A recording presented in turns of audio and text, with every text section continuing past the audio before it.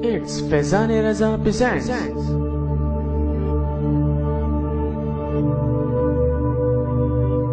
تبارک و تعالیٰ کے پاکیزہ نام سے آغاز کرتے ہیں جو بہت مہربان نہایت رحم والا ہے۔ بخاری شریف کا درس کا سلسلہ جاری و ساری ہے اور الحمدللہ کتاب الحیض تک ہم پہنچ گئے تھے، اور اس میں آج حدیث جو ہے وہ 294 نمبر بیان کی جائے گی، لیکن میں بارہا یہ وضاحت کر چکا ہوں کہ چند احادیث کریمہ درمیان سے کسی مصلحت صحیحہ کی بنا پر ہمیں چھوڑنی پڑتی ہے۔ بعض ہمارے بھائی اور بہن ہم سے کانٹیکٹ کرتے ہیں کہ ہم ترتیب سے پروگرام سن رہے تھے اور ریکارڈ بھی کر رہے تھے، لیکن شاید ہمارا کوئی پروگرام نکل گیا ہے کیونکہ آپ فلاں حدیث پر تھے اور ایک دم پھر آپ 2-3 حدیثیں آگے چلے گئے، بیچ کی حدیثیں رہ گئیں، تو وہ آپ کی اصل میں آپ کی نہیں رہتی ہیں، وہ ہم بعض اوقات جان بوجھ کے چھوڑ دیا کرتے ہیں اور اسی مصلحت کی بنا پر۔ تو امید ہے کہ آپ ہماری بات سمجھیں گے۔ اگلے باب پر آتے ہیں کہ باب الامر بالنفساء اذا نفسنا، حکم دینے کا باب نفساء عورتوں کو یعنی حائضہ عورتوں کو جب ان کو حیض آئے۔ یہاں ویسے نفاس کا لفظ استعمال کیا ہے لیکن مراد اس سے حیض ہے، یہ دونوں الگ الگ چیزیں ہیں۔ پر منتھ جو ہر مہینے پیریڈز آتے ہیں انہیں عربی میں حیض کہتے ہیں، اور جو ڈیلیوری کے بعد بچے کی پیدائش کے بعد بلیڈنگ ہوتی ہے اس کا نام نفاس ہوتا ہے، لیکن بعض اوقات احادیث میں حیض کو نفاس کہہ دیا گیا ہے، اور وہ مجازی طور پر ہے کہ دونوں بہرحال خواتین کے ہی عارضے ہیں، خواتین کو ہی یہ چیزیں عارض ہوتی ہیں، تو اس لیے نبی کریم صلی اللہ علیہ وسلم بعض اوقات حیض کو نفاس سے تعبیر کر دیا کرتے تھے، مراد حیض ہی ہوتی تھی۔ چنانچہ سیدہ عائشہ صدیقہ رضی اللہ تعالیٰ عنہ بیان کرتی ہیں کہ ہم ایک مرتبہ گھر سے نکلے اور ہم صرف حج کا ارادہ کر رہے تھے، جب ہم مقام صرف پر پہنچے تو مجھے حیض آ گیا۔ نبی کریم صلی اللہ علیہ وسلم میرے پاس آئے تو میں رو رہی تھی۔ آپ نے پوچھا کہ عائشہ تمہیں کیا ہوا؟ پھر سرکار سمجھ گئے تو آپ نے فرمایا کہ کیا تمہیں حیض آ گیا ہے؟ میں نے کہا جی ہاں۔ آپ نے فرمایا کہ یہ وہ چیز ہے جس کو اللہ تبارک و تعالی نے آدم علیہ السلام کی بیٹیوں کے لیے لکھ دیا ہے، یعنی ان کے لیے مقدر فرما دیا، ارادہ اللہ کا یہی ہے کہ ایسا ہو، پس تم وہ افعال کرو جو حج کرنے والے کرتے ہیں، جیسے وہ مناسک ادا کر رہے ہیں تم بھی سب کرتی چلے جاؤ، سوائے اس کے کہ تم بیت اللہ کا طواف نہ کرنا۔ سیدہ عائشہ صدیقہ رضی اللہ تعالیٰ عنہ بیان کرتی ہیں کہ نبی کریم صلی اللہ علیہ وسلم نے اپنی ازواج یعنی اپنی بیویوں کی طرف سے قربت دیکھیں، معلوم ہوا کہ سیدہ عائشہ صدیقہ رضی اللہ تعالیٰ عنہا کا چونکہ پہلے آپ کو معلومات نہیں تھی تو اپنا یہ اجتہاد ہوا اور آپ نے خود یہ نتیجہ اخذ کیا کہ شاید حج کے تمام مناسک ادا کرنے کے لیے میرا پاک ہونا ضروری ہے، تو پھر آپ اس خیال سے کہ اب یہ ایام قریب ہیں، ہم جائیں گے وہاں پر، اور اگر میرا یہ زیادہ عرصہ چلتا رہا تو بہت سارے مناسک میں اس کی وجہ سے ادا نہیں کر پاؤں گی، اس عبادت کے چھٹ جانے کے غم کی وجہ سے آپ رونے لگیں۔ تو اس میں ایک بات تو یہ کہ نتیجہ مرتب کرنا یہ ہر ایک کے لیے جائز نہیں ہوتا ہے۔ سیدہ عائشہ صدیقہ رضی اللہ تعالی عنہا چونکہ ایک مجتہدہ صحابیہ تھیں، نبی کریم صلی اللہ علیہ وسلم کی باقاعدہ صحبت یافتہ تھیں، اس وقت قرآن نازل ہو رہا تھا اور خود نبی کریم صلی اللہ علیہ وسلم صحابہ کے سامنے قرآن کی تشریحات بیان کر رہے تھے، تو براہ راست نبی کریم صلی اللہ علیہ وسلم سے سیکھنے کا موقع بھی مل رہا تھا، لہٰذا وہ ہماری والدہ سیدہ عائشہ صدیقہ رضی اللہ تعالی عنہا ہی ہیں کہ جن کو زیبا ہے، جن کو لائق ہے کہ وہ اجتہاد کر سکیں اور اس قسم کی صورتحال سے کوئی اپنا ایک نتیجہ مرتب کر سکیں۔ لیکن اس کے باوجود آپ یہ دیکھیں کہ اس قدر ذی علم ہونے کے باوجود آپ نے جب ایک نتیجہ مرتب کیا اور اس نتیجے کو مرتب کرنے کے بعد آپ اس نتیجے کو یقینی سی بات ہے اپنے لیے حتمی اور یقینی سمجھی، تبھی آپ رونا شروع ہوئیں۔ اگر اس میں تذبذب ہوتا، شکوک و شبہات ہوتے تو پھر رونے کی حاجت تو نہ تھی، لیکن آپ نے خود نتیجہ مرتب کیا کہ اب مجھے یہ مخصوص ایام آ گئے ہیں تو میں ارکان ادا نہیں کر سکتی، جب ارکان ادا نہیں کروں گی تو عبادات کی برکات سے محروم رہوں گی، یہ نتیجہ مرتب کیا۔ اس نتیجے پہ آپ کو یقین تھا تبھی پھر آپ رونے لگیں کہ اچھا اگر عبادت چھوٹ جائے گی، حج جیسی عبادت میں نکلی ہوں گھر سے لیکن چھوٹ جائے گی، تو پھر آپ کو افسوس ہوا اور آپ رونے لگے۔ اس سے معلوم ہوا کہ آپ نے اپنے اجتہاد سے ایک نتیجہ مرتب کیا تھا، لیکن جب نبی کریم صلی اللہ علیہ وسلم نے وضاحت فرمائی کہ عائشہ آپ جتنے بھی حج کے افعال دیگر لوگ کر رہے ہیں آپ بھی کریں گے، کہ ان کے لیے پاک ہونا ضروری نہیں ہوتا سوائے طواف کے، کہ آپ طواف نہیں کر سکتی ہیں، یعنی آپ کو انتظار کرنا ہوگا جب یہ مخصوص ایام ختم ہو جائیں گے پھر آپ طواف کریں۔ تو اس سے نتیجہ نبی کریم صلی اللہ علیہ وسلم نے گویا کہ آپ کے اجتہاد کا ایک نقص ظاہر فرما دیا کہ آپ نے جو سوچا اپنی سوچ کے مطابق اس میں تھوڑی سی کمی تھی،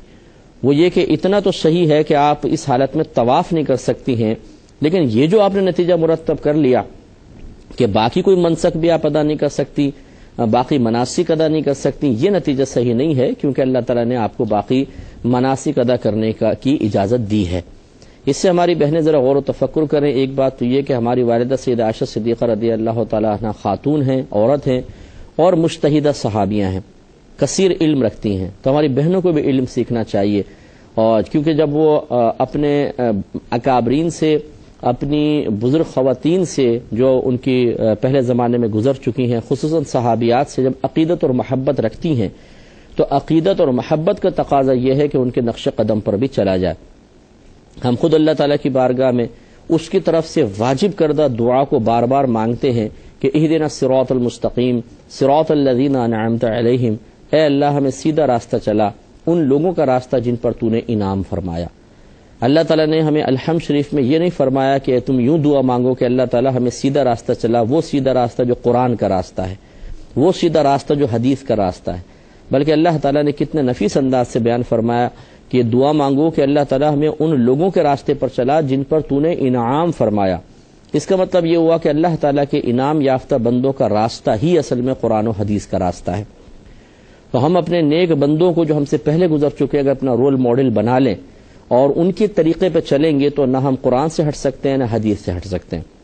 لہٰذا ہماری وہ بہنیں ذرا غور کریں جو سیدہ عائشہ صدیقہ رضی اللہ تعالی عنہا سے از حد عقیدت اور محبت رکھتی ہیں، اور پھر علم سیکھنے کے سلسلے میں جذبہ بالکل سرد پڑا ہوا ہے، صفر جذبہ ہے، ذرہ برابر علم نہیں ہوتا ہماری بہنوں کے پاس، حتیٰ کہ حیض و نفاس کے مسائل جو خاص عورتوں کی ذات کے ساتھ مخصوص ہیں وہ تک صحیح طریقے سے بہنوں کو مسئلے نہیں آتے، اور ہمارے گھروں کی اکثر بچیاں یہ مسئلے سیکھتی ہیں اپنی والدہ سے، والدہ معلمہ ہیں، والدہ سکھائیں گی یہ مسئلے، اور خود ان بیچاری کو یہ مسئلے بعض اوقات معذرت کے ساتھ، آپ کوئی برا نہ مانے بہن، کیونکہ میرا اس فیلڈ کا بڑا تجربہ ہے، میں اس فیلڈ میں مطلب فقہی فیلڈ میں کام کر رہا ہوں، اور کثیر بہنیں ہم سے اپنے مسائل معلوم کرتی ہیں، اور حیرت ہوتی ہے کہ یہ اتنے بنیادی مسائل ہیں جو ان کے ساتھ مخصوص مسائل ہیں اور ان کو ابھی تک یہ بھی نہیں پتہ۔ جیسے میں ایک مثال اکثر دیتا ہوں کہ ہمارے ہاں یہ مشہور ہوتا ہے، بڑی بوڑھیاں کہتی ہیں کہ جی جب بچہ پیدا ہو جائے تو عورت 40 دن تک ناپاک رہتی ہے، اور 40 دن تک وہ نماز نہیں پڑھے گی، روزے نہیں رکھے گی، بلکہ نماز پڑھنے نہیں دیتی ہیں۔ حالانکہ یاد رکھیں یہ کوئی قاعدہ قانون نہیں ہے،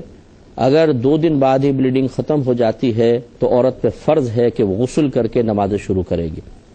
یہ ضرور ہے کہ اگر لگاتار خون آتا رہا تو 40 دن تک جو خون ہے وہ نفاس کا کہلائے گا، اس کے بعد جو ہے وہ بیماری کا خون کہلائے گا، پھر غسل کر کے نمازیں سٹارٹ کرنی ہوں گی۔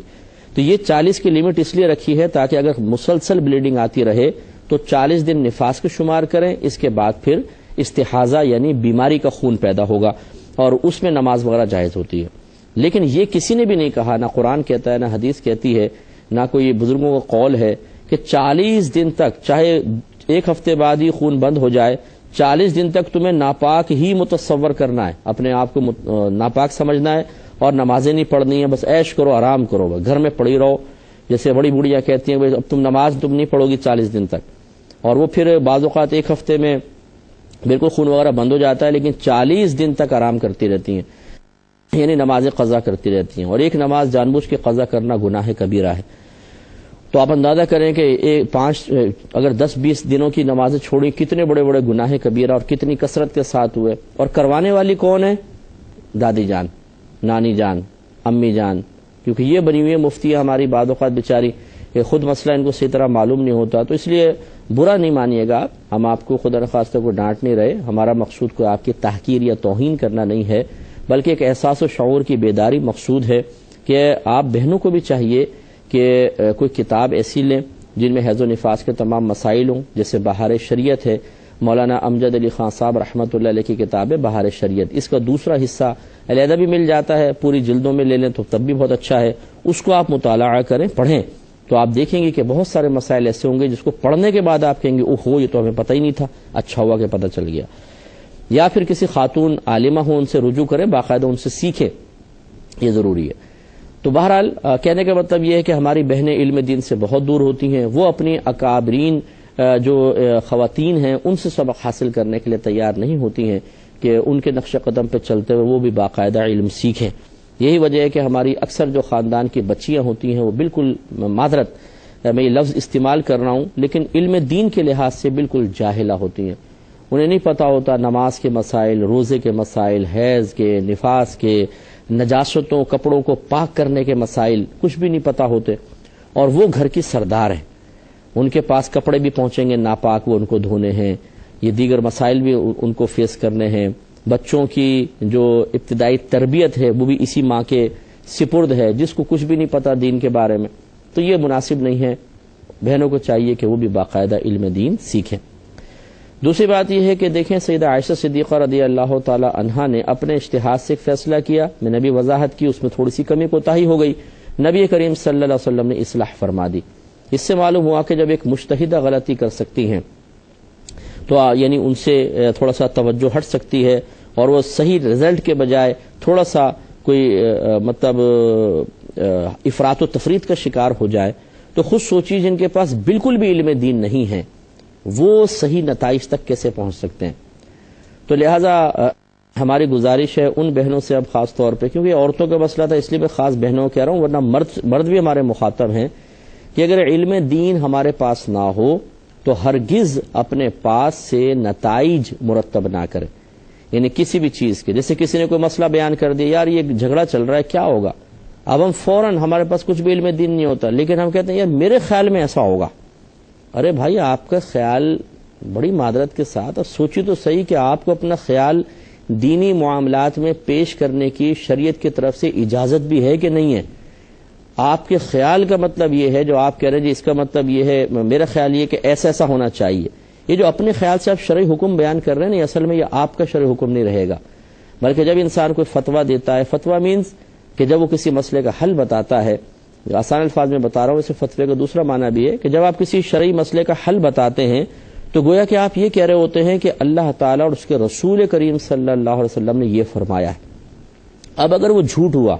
اب اگر وہ غلط ہوا تو آپ اللہ تعالیٰ کی طرف بھی جھوٹ منسوب کرنے کے گناہ میں مبتلا ہوں گے، اور نبی کریم صلی اللہ علیہ وسلم کی طرف بھی جھوٹ منسوب کریں گے، اور اللہ تعالیٰ قرآن عظیم میں بیان فرماتا ہے کہ اس سے بڑھ کر ظالم کون جو اللہ تعالیٰ کی طرف جھوٹ کو منسوب کرے، اور نبی کریم صلی اللہ علیہ وسلم نے ارشاد فرمایا کہ جس نے جان بوجھ کر میری جانب جھوٹ منسوب کیا وہ اپنا ٹھکانہ جہنم میں بنا لے۔ اسی وجہ سے رحمت کونین صلی اللہ علیہ وسلم نے ارشاد فرمایا کہ جاہل لوگ اگر اس طریقے سے مسئلے بتاتے رہیں گے، لوگ اس پر عمل کریں گے، گمراہ ہوں گے، ہلاک ہو جائیں گے، تو آپ نے ارشاد فرمایا کہ جو شخص بغیر کسی علم کے فتویٰ دیتا ہے تو زمین اور آسمان کے تمام فرشتے اس پر لعنت کرتے ہیں۔ تو اس لیے عوام الناس کو کلام کرنے کی بالکل اجازت نہیں ہوتی ہے۔ اگر آپ کو نہیں معلوم، آپ کہیں جی ہمیں نہیں معلوم، بھئی علماء سے جا کے معلوم کریں، اس میں کون سی بے عزتی کی بات؟ بہت سے مسئلے ہمیں بھی نہیں آتے، حالانکہ مرشد راز سے کام کر رہے ہیں، ذہن میں نہیں ہوتے، ہم کہتے ہیں جی دیکھ کے بتا دیں گے، ابھی ہمارے ذہن میں نہیں ہے، ٹھیک ہے کوئی بات نہیں۔ لیکن ہم نے دیکھا ہے شادی بیاہ کے معاملے ہوں، ان میں رسومات وغیرہ ہوں، عورتیں بڑھ چڑھ کر مسئلے بتاتی ہیں، نہیں یوں ہونا چاہیے، یوں ہونا چاہیے، یوں ہونا چاہیے۔ گھر میں موت میت ہو جائے پھر ان کا دیکھیے کہ کیسے وہ فقہ کی کتابیں کھل جاتی ہیں جو ان کے باطن کے اندر موجود ہے، نہیں یوں ہوگا، نہیں یوں ہوگا، نہیں یوں کرنا ہوگا، یوں کرنا ہوگا، اور ایسے وثوق سے بتاتی ہیں جیسے کہ انہوں نے پوری بخاری کا، مسلم کا، ترمذی کا مطالعہ کر لیا ہے، اور فقہ کی ہزاروں کتابیں اس نازک سے قلب کے اندر پوشیدہ ہو گئی ہیں، اور وہاں سے ابل ابل کے علم باہر آ رہا ہے۔ ارے بھائی کچھ خوف خدا کیجئے، اتنے غلط غلط مسائل بتاتی ہیں کچھ حد نہیں۔ اگر کوئی بیچاری فوت ہو کے ان کے قبضے میں آ جائے عورت، پھر اس کا جو یہ درگت بناتی ہیں کہ کچھ انتہا نہیں، ایسے سے ہمارے سامنے مسائل آتے ہیں، اور وہ اکثر کر بھی کون ہو رہی ہوتی ہیں؟ بڑی بوڑھیاں۔ جیسے مردوں کے اندر بھی آپ دیکھیں، ہمارے جو